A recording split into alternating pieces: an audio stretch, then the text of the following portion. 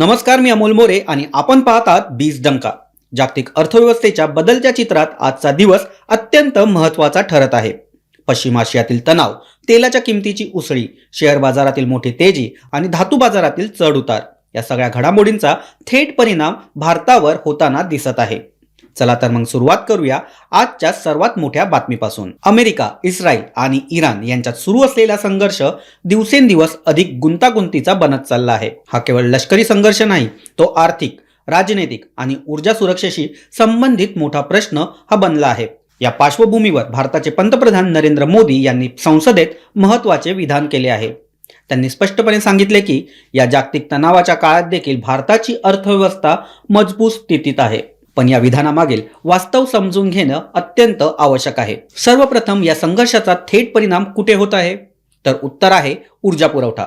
मध्य पूर्व म्हणजेच पश्चिम आशिया हा जगातील सर्वात मोठा तेल पुरवठादार प्रदेश आहे आणि भारतासारख्या देशासाठी जो जगातील तिसऱ्या क्रमांकाचा तेल आयात करणारा देश आहे, हा प्रदेश अत्यंत महत्त्वाचा आहे. भारताच्या एकूण तेल आयातीपैकी मोठा हिस्सा हा या प्रदेशातून येतो.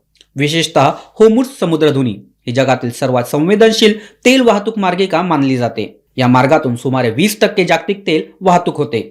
भारताच्या बाबतीत बोलायचं झालं तर सुमारे 40% कच्चे तेल हे या मार्गातून येते. म्हणूनच या समुद्रधुनीत निर्माण होणारी कोणतीही अडथळ हा भारतासाठी थेट धोका मानला जातो. आता या संघर्षाचा परिणाम कसा होत आहे?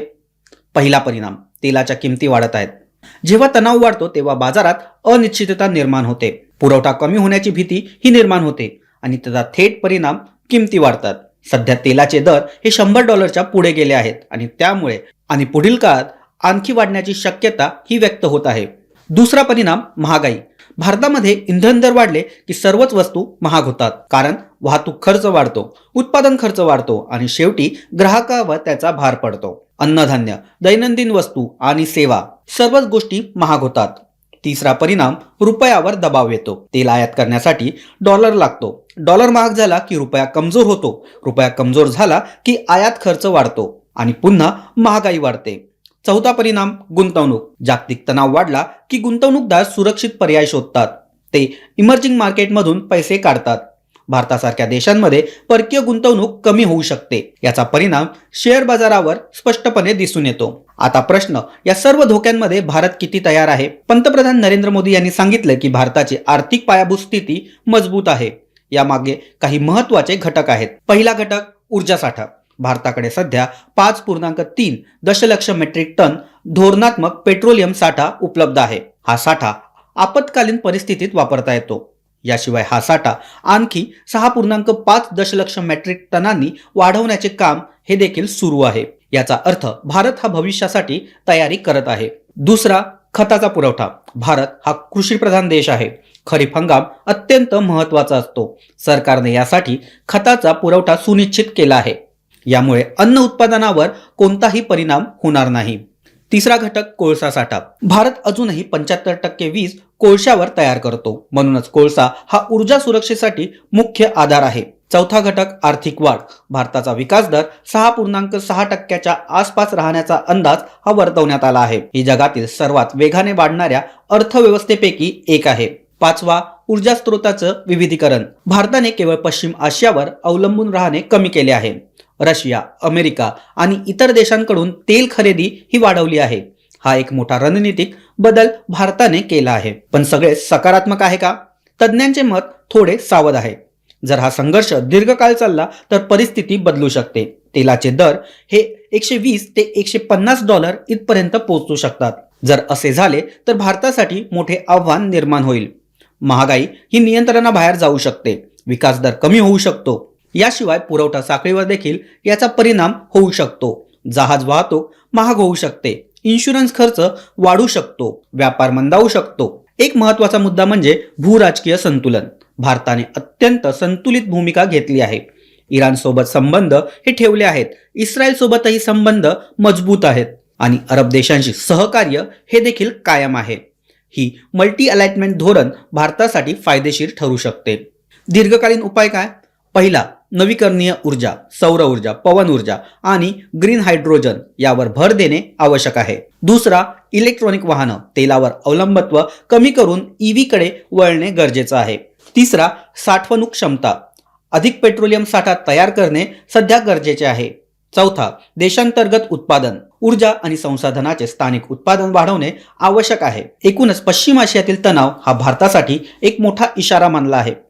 तो एक धोका आहे, पण त्याच वेळी एक संधी देखील आहे. ऊर्जा स्वावलंबनाकडे वाटचाल करण्याची आणि अर्थव्यवस्था अधिक मजबूत करण्याची. म्हणूनच सध्याच्या परिस्थितीत भारत मजबूत दिसत असला तरी पुढील काही महिने अत्यंत महत्त्वाचे ठरणार आहे.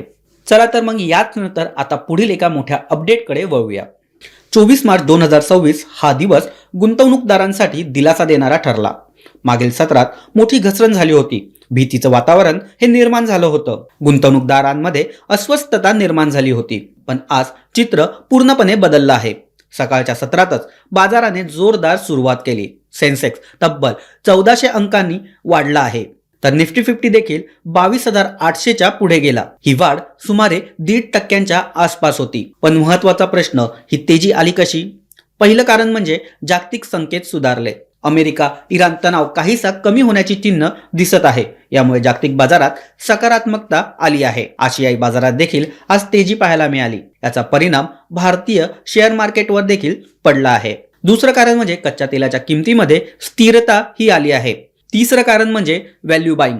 मागील दिवशी बाजार कोसळला होता. अनेक शेअर स्वस्त झाले होते. गुंतवणूकदारांनी ही संधी साधली आणि मोठ्या प्रमाणात खरेदी केली. चौथं कारण म्हणजे शॉर्ट कव्हरिंग. जे गुंतवणूकदार घसरणीवर पैज लावत होते त्यांनी पोझिशन बंद केल्या. त्यामुळेही बाजारात तेजी दिसून आली. आता सेक्टरनिहाय चित्र पाहूया.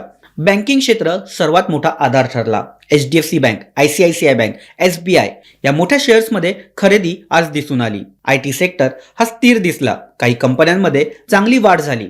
डॉलर मजबूत असल्याने IT कंपन्यांना देखील फायदा दिसून आला. मेटल सेक्टर, तांब्याच्या वाढत्या मागणीमुळे या क्षेत्रात तेजी दिसून आली. ऑटो आणि FMCG या क्षेत्रात मिश्र चित्र दिसून आले. आता मागील काही दिवसांची पार्श्वभूमी समजून घेणं अत्यंत महत्त्वाचं आहे. 23 मार्च रोजी बाजारात मोठी घसरण झाली होती. सेन्सेक्स सुमारे 1800 अंकांनी कोसळला होता. गुंतवणूकदारांचे तब्बल 14 लाख कोटी रुपयांचे नुकसान झाले होते. ही घसरण का झाली? पश्चिम आशियातील तणाव, तेलाच्या वाढत्या किमती आणि परकीय गुंतवणूकदारांची विक्री. FII ने मोठ्या प्रमाणात विकलेले शेअर्स. म्हणूनच आजची तेजी ही केवळ तांत्रिक रिबाउंड आहे का, की नवीन रॅलीची सुरुवात? विश्लेषकांचं मत आहे की ही तेजी सकारात्मक आहे, पण सावध राहणं अत्यंत गरजेचं आहे. कारण जागतिक परिस्थिती अजूनही अस्थिर आहे. पश्चिम आशियातील तणाव, कच्च्या तेलाचे दर, डॉलरची हालचाल हे सर्व घटक महत्त्वाचे आहेत. तेलाचे दर पुन्हा वाढले तर बाजारावर दबाव येऊ शकतो. तसेच परकीय गुंतवणूकदारांची भूमिका देखील महत्त्वाची आहे. FII ने पुन्हा खरेदीकडे वळले तर बाजाराला मोठा आधार मिळणार आहे. एक सकारात्मक बाब म्हणजे भारतीय अर्थव्यवस्थेची मजबूत स्थिती. GDP वाढ, स्थिर बँकिंग प्रणाली आणि वाढत्या देशांतर्गत गुंतवणूकदारांचा सहभाग. रिटेल इन्व्हेस्टर आता बाजारात मोठी भूमिका ही बजावत आहे. त्यामुळे व्हॉलॅटिलिटी कमी होण्यास मदत होत आहे. आता पुढे काय? बाजाराची दिशा कशी ठरेल? जागतिक घडामोडीवर, तेलाच्या किमतीवर आणि आर्थिक डेटावर शॉर्ट टर्ममध्ये चढ उतार हे कायम राहू शकतात. लॉंग टर्ममध्ये भारत अजूनही आकर्षक बाजार आहे. एकूणच आजचा दिवस गुंतवणूकदारांसाठी दिलासा देणारा ठरला. भीतीनंतर देखील आशाही निर्माण झाली आहे. चला तर आता पुढच्या महत्त्वाच्या अपडेटकडे वळूया. आता नजर टाकूया धातू बाजाराकडे. तांबे हा सध्या जगातील सर्वात चर्चेचा धातू मानला जातो. याला भविष्यातील धातू देखील म्हटले जाते, कारण ग्रीन एनर्जी आणि इलेक्ट्रॉनिक वाहनामध्ये त्याचा मोठ्या प्रमाणात वापर हा होत आहे. सध्या तांब्याची किंमत $8,500 ते $9,000 प्रति टन इतकी आहे. इलेक्ट्रॉनिक वाहनामध्ये सामान्य वाहनाच्या तुलनेत 3 ते 4 पट अधिक तांबे वापरले जाते. सौर ऊर्जा प्रकल्प, पवन ऊर्जा प्रकल्प आणि वीज वितरण यामध्ये देखील तांब्याची मागणी ही वाढत आहे. 2030 पर्यंत ही मागणी विक्रमी पातळीवर जाण्याची शक्यता वर्तवण्यात येत आहे. पण पुरवठा कमी आहे. चिली आणि पेरू हे प्रमुख उत्पादक देश आहेत. येथे खाणकामात अडचणी निर्माण झाल्या आहेत. कामगार संप, पर्यावरणीय नियम आणि उत्पादनात घट यामुळे पुरवठ्यावर दबाव आहे. चीनचा प्रभाव हा मोठा आहे, कारण तो सर्वात मोठा ग्राहक आहे. चीनची अर्थव्यवस्था मंदावली तर तांब्याचे दर हे घसरतात. भारतामध्ये देखील याची मागणी मोठ्या प्रमाणावर वाढली आहे. मेट्रो प्रकल्प, इन्फ्रास्ट्रक्चर, EV सेक्टर यामुळे तांबे हे महत्त्वाचे ठरत आहे. गुंतवणूकदार आता तांब्याकडे नवीन सोनं म्हणून पाहत आहे. आता धातूपासून वळूया ऊर्जा बाजाराकडे. कच्च्या तेलाच्या किमती पुन्हा एकदा वाढल्या आहेत. सध्याचे दर हे $104 प्रति बॅरल इतक्यापर्यंत पोहोचले आहे. यामागे मुख्य कारण म्हणजे पश्चिम आशियातील तणाव, अमेरिका आणि इराणमधील संघर्ष, ऊर्जा पायाभूत सुविधांवरील हल्ले आणि पुरवठा खंडित होण्याची भीती. होर्मुझ समुद्रधुनी पुन्हा एकदा चर्चेत आली आहे. जगातील 20% कच्चे तेल हे या मार्गातून वाहतूक होते. तणाव वाढला की दर वाढते, वॉर प्रीमियम वाढतो. विश्लेषकांचा अंदाज आहे की हा दर $110 ते $150 पर्यंत जाऊ शकतो. याचा परिणाम मोठा असेल, महागाई वाढेल, उद्योगावर ताण येईल. भारतासाठी ही गंभीर बाब ठरू शकते. आता ऊर्जा बाजारानंतर वळूया मौल्यवान धातूंकडे. 24 मार्च रोजी सोनं आणि चांदी यांच्या दरात मोठी घसरण पाहायला मिळाली. MCX वर सलग घसरण ही दिसून आली. चांदीचे दर हजारो रुपयाने घसरले आहेत. सोन्याचे दर हे सुमारे 1,37,000 प्रति 10 ग्राम इथपर्यंत खाली आले आहेत. यामागचे प्रमुख कारण म्हणजे मजबूत डॉलर. डॉलर मजबूत झाला की सोनं कमी आकर्षक होतं. यामुळे व्याजदर कपातीची शक्यता कमी होते. यामुळे देखील दबाव हा वाढत आहे. पश्चिम आशियातील तणाव असून देखील सोनं वाढलं नाही, कारण गुंतवणूकदार डॉलरकडे वळले आहेत. मुंबई, दिल्ली, चेन्नई या सर्व शहरांमध्ये हे दर घसरलेले आहे.